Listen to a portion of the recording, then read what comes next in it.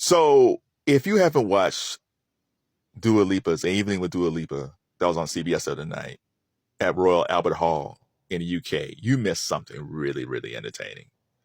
It was fantastic. It was Dua Lipa and the Heritage Orchestra and her band and her backup singers. And the setup of the Royal Albert Hall is amazing. I just love the architecture. I love how over in the UK and Europe how they just have their arena set up. Oh my God, it was amazing. Look, because it almost looked like an S. She looked great. She was in a red dress, but I wasn't sure how it was going to sound. Because listen, I'm a Dua Lipa fan. I've always been a Dua Lipa fan, and I knew she was a good singer, but I wasn't sure without the major dance element how she would sound, even though I knew she was a decent singer. Because when you hear something like that an evening, if you have like an evening with Adele, you know what to expect. If you had an evening with Celine Dion, you kind of know what to expect, right? You just expect them to just walk out there and just belt, right? So you expect that from them. But I wasn't sure about Dua. I knew it was going to be good, but I wasn't sure. And from the very beginning, it's almost like, I think she did like Levitating. I think I was like the first or the second song. And she did that song. And I was like, oh no, this is going to be good.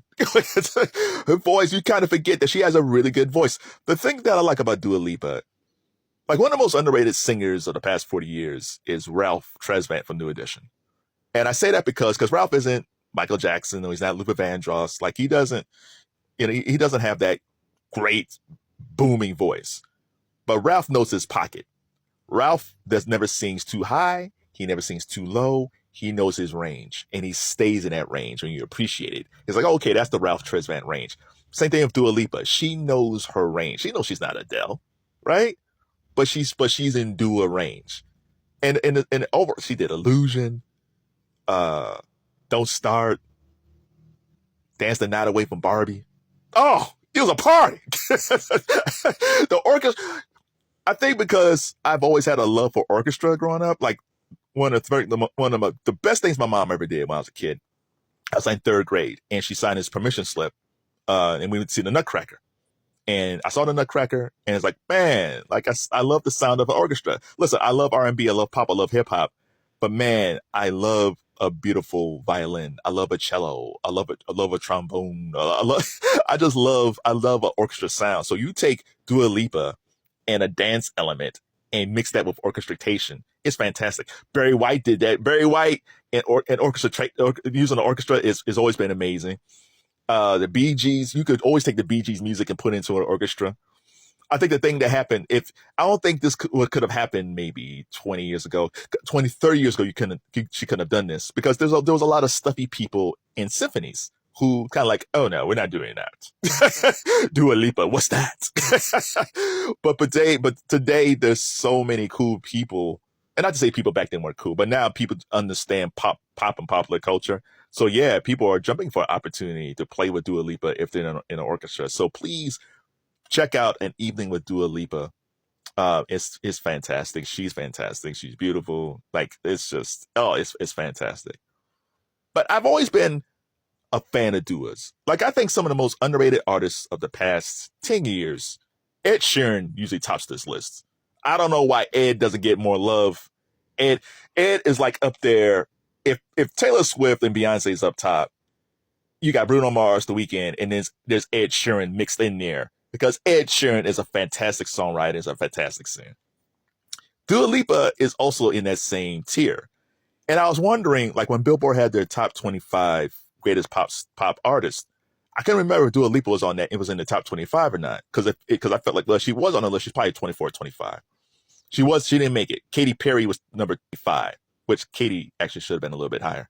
Dua Lipa was in the next tier. So the next tier, which they didn't rank, they did by name. So that's where you see Chris Brown and Dua Lipa. That's where they're mixed in at. And my favorite Dua Lipa album is Future Nostalgia, which came out in 2020. Future Nostalgia is a great blend of this pop and disco and dance. It's a fantastic album. What we're seeing today with Sabrina Carpenter and Espresso is what Dua Lipa was doing in 2020. That Future Nostalgia was probably one of the best albums this decade. and clearly the second best album of 2020. The best album of 2020 was The Weeknd's After Hours, which had Blinding Lights. So let's go back to 2021. The Grammys rolls around, and they have nominations for Album of the Year. Now, everybody knows, go back to 2020, 2021. We couldn't go anywhere without hearing Blinding Lights by The Weeknd. That song was everywhere. Everywhere. And that year, in 2021, The Weeknd, he performed at the Super Bowl. So there was some scuttlebutt that the Grammys were upset that he performed at the Super Bowl. I don't know why it's two different things. It's crazy. So the nominations comes out for the Grammys, and The Weeknd, After Hours, was not nominated for Album of the Year. Biggest album of 2020 wasn't nominated for Album of the Year.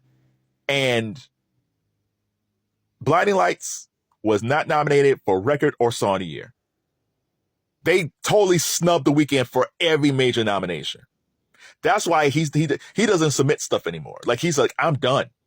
I'm not submitting any music anymore, because he knew he made his Thriller album. He's like, this is my Thriller album. And you guys did this to me? Fine. He stopped submitting his music. The funny thing is, that year, the Billboard Awards, The Weeknd won everything. Go back, check out Billboard Awards, The Weeknd, I think 2021. It's a picture of him with all these Billboard Awards, because he was the top dude of 2020. So that year, if he didn't get nominated, I said, well, the only nominee that I see on here that was just as good as him was Dua Lipa's Future Nostalgia. This is where Levitating is from. I said Levitating was all over the place, just like Blinding Lights. So I was like, okay, fine, Dua Lipa's probably win Album of the Year. But there was another person looming around, which was like, crap. So Grammys comes around, Album of the Year comes up, Dua Lipa doesn't win. You know who won? Taylor Swift. Taylor Swift won for Folklore. Now listen, Folklore is a fine album. It's probably her second best album after 1989. But that year, it was not the best album of 2020. In 2021, if The Weeknd didn't win it and he wasn't nominated, it was Dua Lipa's Future Nostalgia. Future Nostalgia, if you just want a dance record and just want to put it on, it's like, well, when are we going to play? Put that on. I argue with you to play Future Nostalgia and Folklore. And you tell me if your Swiftie is different, you're going to love her regardless. Just from a blind test, which album would you have ever listened to 5 years later? I bet you it's Future Nostalgia. You have more fun with Future Nostalgia. Shout out to Dua Lipa, man.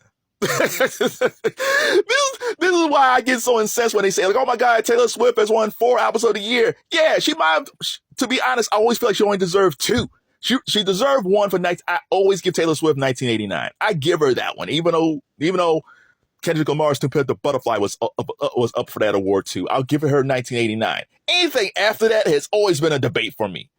And when you said Folklore was better than After Hours by The Weeknd and Future Nostalgia by Dua Lipa, I ain't hearing that noise.